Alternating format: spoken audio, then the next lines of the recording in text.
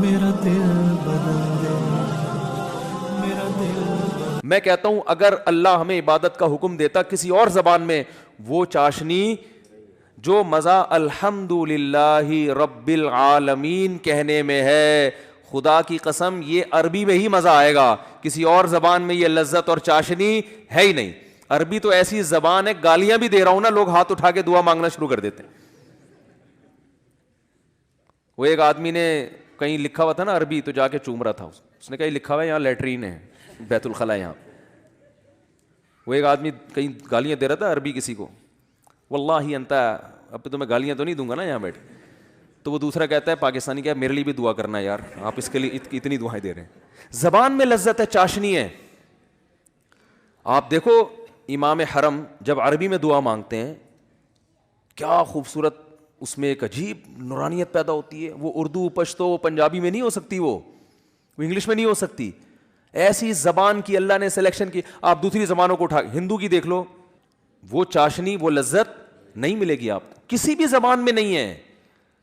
قرآن عربی میں انسان پڑھتا ہے، سورہ مریم دیکھو، کاف ہا یا عین صاد، ذکر رحمت ربک عبدہ زکریا اذ نادى ربہ نداء خفیا قال رب انی وہن العظم منی واشتعل الرأس شیبا ولم اکن بدعائک رب شقیا۔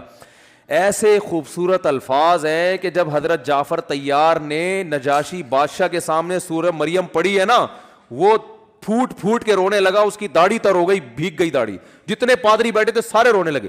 میرا جو جمعے کا خطبہ ہے نا انٹرنیٹ پہ پہلے ڈالا ہوا تھا، ہم نے نکال دیا، پھر وہ اس کے نیچے انگریزوں کے کمنٹس میں نے دیکھے کہ یار ہمیں ایک لفظ بھی سمجھ میں نہیں آ رہا مگر یہ مزہ بہت آ رہا ہے اس کو سننے میں۔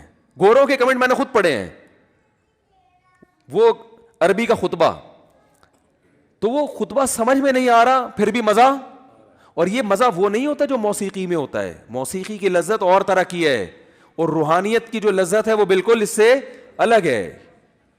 تو خطبہ ہے کوئی گانا تھوڑی ہے جو اس میں کوئی لذت ہو۔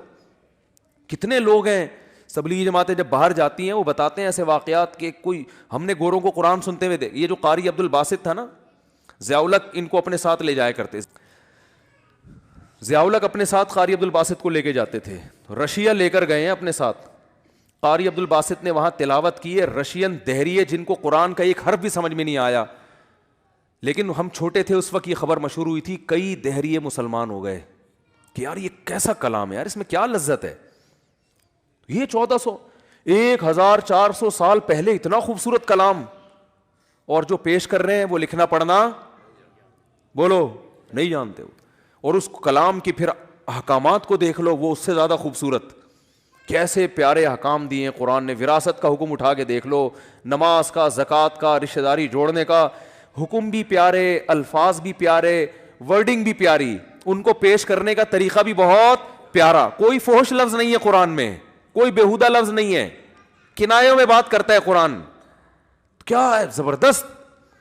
تبھی تو وہ حضرت جعفر طیار نے جو تقریر کی تھی نا، انہوں نے کہا تھا کہ ہم تو مردار کھاتے تھے، جو نبی نے جس پہ قرآن نازل ہو اس نے ہمیں بتایا کہ یہ مردار انسانوں کے کھانے کی چیز نہیں ہے، یعنی حکام بھی پیارے۔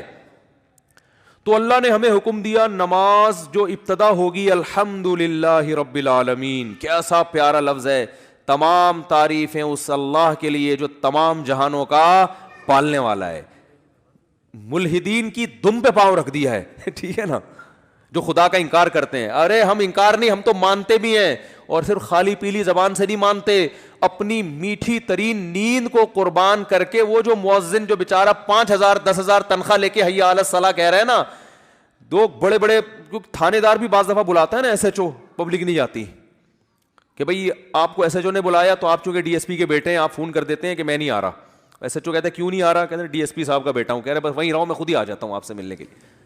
ہر فنٹر سے بڑا بھی کوئی فنٹر ہے نا دنیا میں، لیکن ایک گاؤں دیہات کا مؤذن پھٹی پرانی چپل، وہ مسجد میں آ کے اعلان کرتا ہے حی علی الصلاۃ، اور اس کی دعوت پر ڈاکٹر بھی لبیک کہتے ہیں، اس کی دعوت پر آرمی کے آفیسر بھی لبیک کہتے ہیں، اس کی دعوت پر جو ہے وہ انجینئر بڑے بڑے وہ بھی لبیک کہتے ہیں، اس کی دعوت پر بڑے بڑے لوگ بادشاہ بھی لبیک کہہ کے مسجد کی طرف جا رہے ہوتے ہیں، کیونکہ پتہ ہے کہ یہ دعوت اس کی نہیں ہے۔ یہ بیچارہ غریب ہمیں اگر بلائے تو ہم تو پولیس کے کہنے پہ نہیں جاتے، اس کے کہنے پہ کیوں جائیں گے؟ ان کو یقین ہوتا ہے کہ یہ دعوت کس کی طرف سے دی جا رہی ہے, حی علی الصلاح کی, یہ خدا کی طرف سے دعوت دی جا رہی ہے. تو ملحد تو اللہ کو لغت سے ہی نکالا ہوا ہے, اور نمازی نے ایسا ڈکشنری میں ڈالا ہوا ہے کہ اپنی میٹھی ترین نیند ایک عام گنوار دیہاتی کی دعوت کی آواز سن کے اپنی نیند کو قربان کر دیتا ہے.